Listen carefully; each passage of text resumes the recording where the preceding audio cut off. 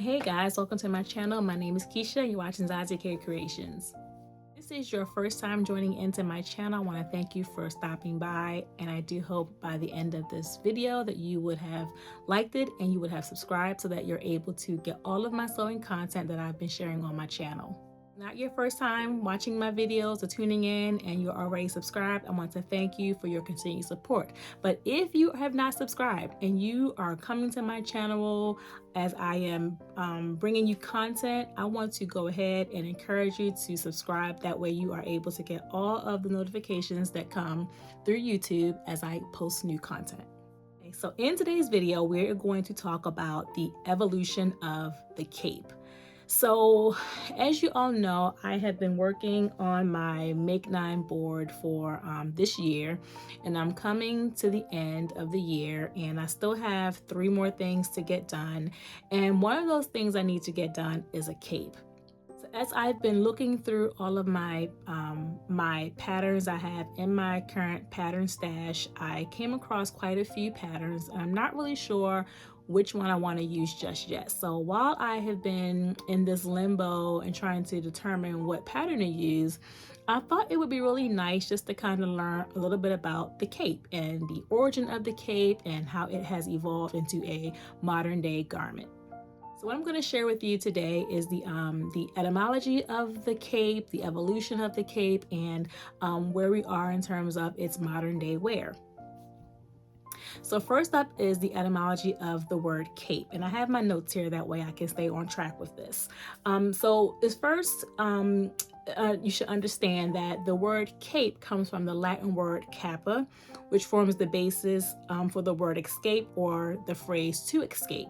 And this kind of makes a lot of sense to me because if you think about your modern day superheroes, your pastime superheroes, like the superheroes that were popular when I was growing up, they always wore like a cape. If you think about it, they always wore a cape when they were either escaping trouble or fleeing a scene. They were really known for having this cape that just blew in the wind. So it made a lot of sense when I learned about the root of the word cape, that the word to escape came up, or the phrase to escape I saw, and I'm like, oh, okay, it makes a lot of sense. Superheroes, they like to escape, and what do they escape with? Their capes. On to the evolution of the cape and just how it evolved over time. So a cape is a clothing accessory or a sleeveless outer garment that hangs loosely over the body and connects either at the neck or the shoulders. They usually cover the back, the arms, and the shoulders. And there are actually 3 different versions of a cape. So the first version is a cape, which is actually a shorter garment that covers the back, shoulders, and the arms. Then you have what we call a cloak, which is a longer full-length garment version of a cape, a shorter cape. But then you also have a cape shoulder that we also call a caplet. Now, I don't see us referring to capes as caplets often or as a cloak, and all of these terms are used synonymously. They're used interchangeably, but in essence they are considered a garment that covers your back, your shoulders, and your arms, and it just hangs over your body very. And the first usage of a cape is unknown to many, but many scholars and those who have done research in this area and in this space would like to say that early references to capes can be linked back as far as the ancient Roman military times. So if you think back to your biblical stories and your biblical movies, when you watch them, you'll oftentimes see the Roman soldiers wearing a cape over their garment. So it can be definitely linked back to the biblical days, I would say.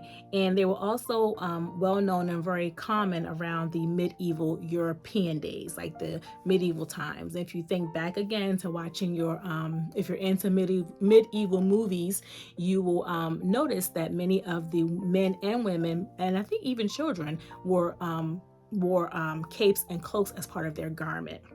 And I also learned in my research on a cape that wealthy noblemen and elite warriors of the Aztec Empire would also wear a cape or a cloak as a symbol of their upper status. So bringing capes into the modern day, we actually find and we actually see that Catholic clergy, they wear capes for formal events outside of their outside of like a ritualistic context. We also noticed that in France, I learned that their military and their police forces also wear capes as a regular part of their uniform, especially for the rainwear.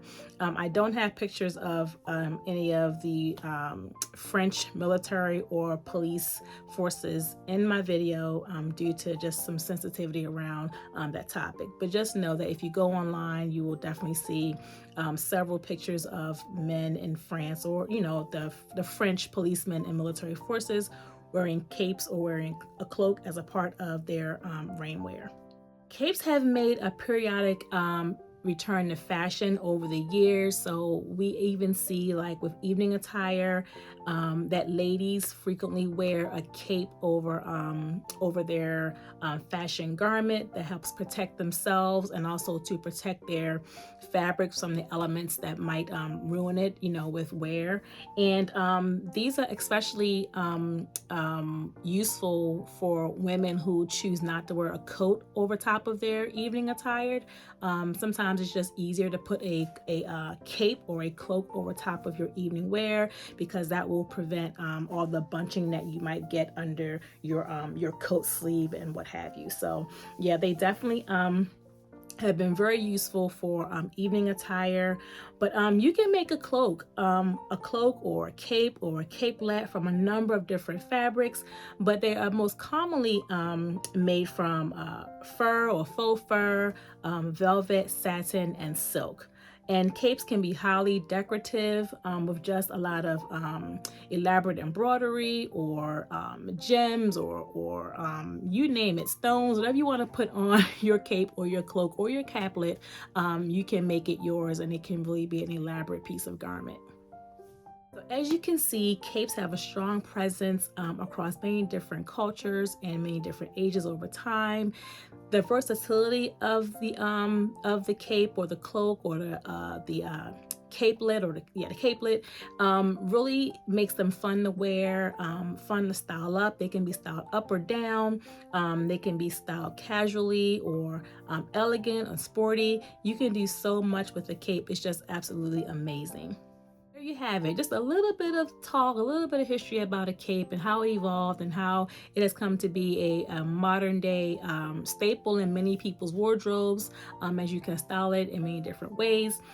If you're thinking about purchasing or making a cape, cloak or a capelet this fall, think about all the versatile ways that you can actually wear it and style it.